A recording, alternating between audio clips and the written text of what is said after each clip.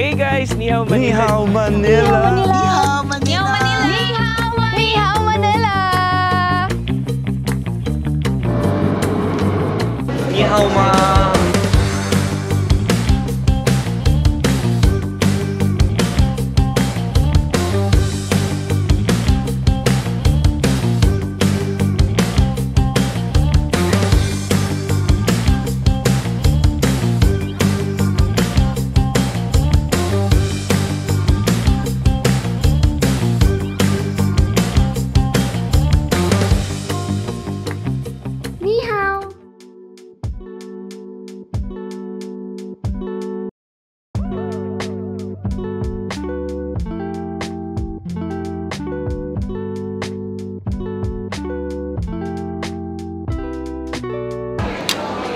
Perfect.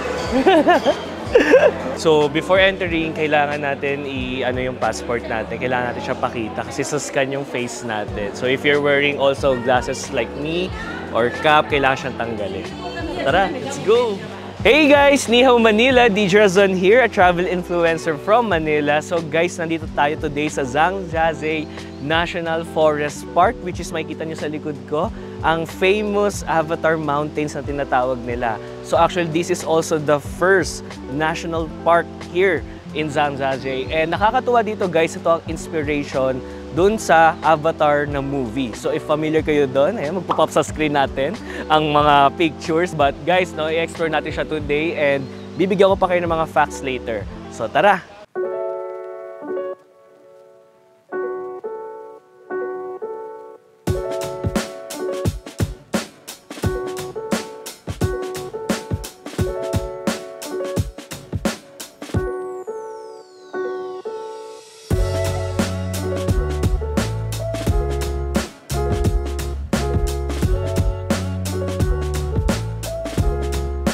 So guys, may ilog dito.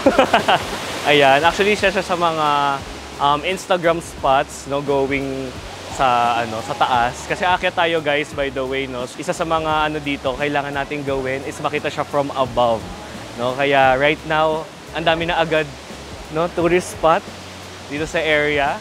So ito na nga guys, sa quick trivia lang, meron din dito mga restaurants, no, just in case na nag-iisip kayo saan ba pwedeng kumain. No, but in the area, ayan, makikita nyo dito sa background ko, meron dito mga restaurants before tayo pumunta sa Skylift kasi pupunta tayo later doon para umakyat. Okay? So tingnan nyo dito guys, marami dito mga iba-ibang klaseng food. So merong mga steak, may pasta, meron din mga Chinese restaurants, and actually souvenir shops. So if you're looking for souvenirs, dito rin perfect to buy.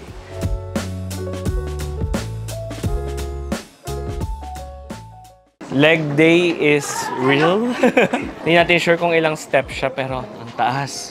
Dito tayo sa Bailong Skylift. But before to go sa Skylift, kailangan natin to take the stairs. Ayan, kaya medyo nakakapagod. Pero tara, kaya to, kaya. Fight! Hello, welcome to Bailong Elevator. Now we are going to the top of the Yuanjiajie. This is the hot scenic world of Zhangjiajie. The elevator is the world of the #1 longest and highest and biggest sightseeing cable car in the world.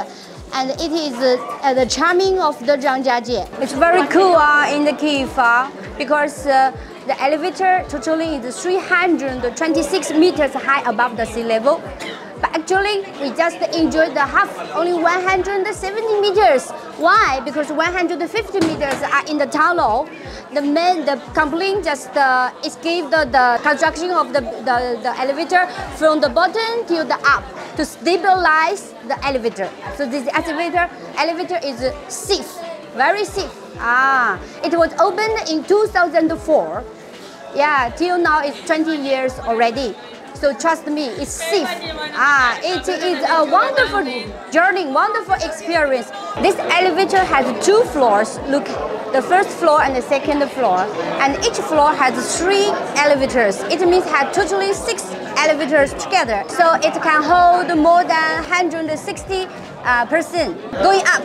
So that means the speed will be much faster than cable car.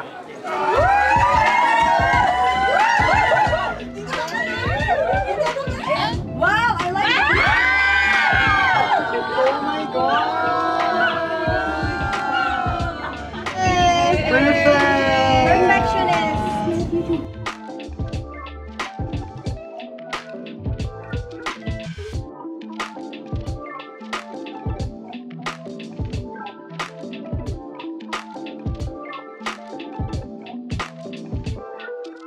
So yun na nga guys, kakatapos lang natin sumakay sa Bailong Skylift. So yung Bailong Skylift is actually yung papunta dito sa taas. So currently nandito tayo sa taas and maraming monkeys.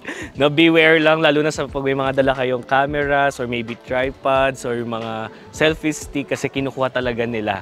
No, but marami dito, no. But in the area, ito yung packet ng Bailong Skylift. Actually, mabilis siya. Di namin in-expect, no. So far guys, 3 bus na. Ito yung pang third natin. So kanina yung first papunta dun sa deck, then second papunta sa lift, and then third dito na. Sundan natin sila.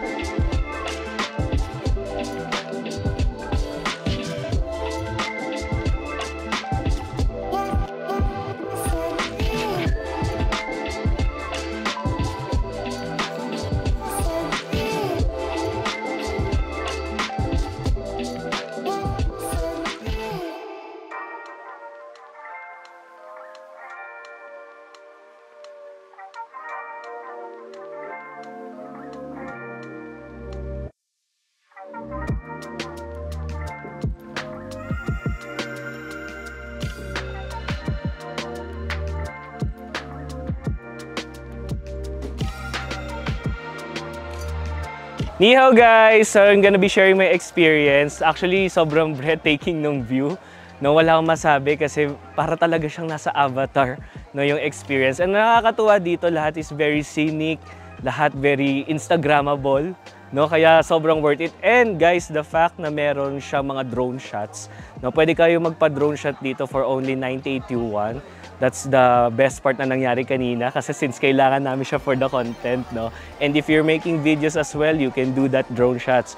Ang maganda rin dito guys, puro walking lang tayo dito. So exercise talaga ang magiging agenda natin for today. But nakakatuwa kasi to experience this is something na memorable, no?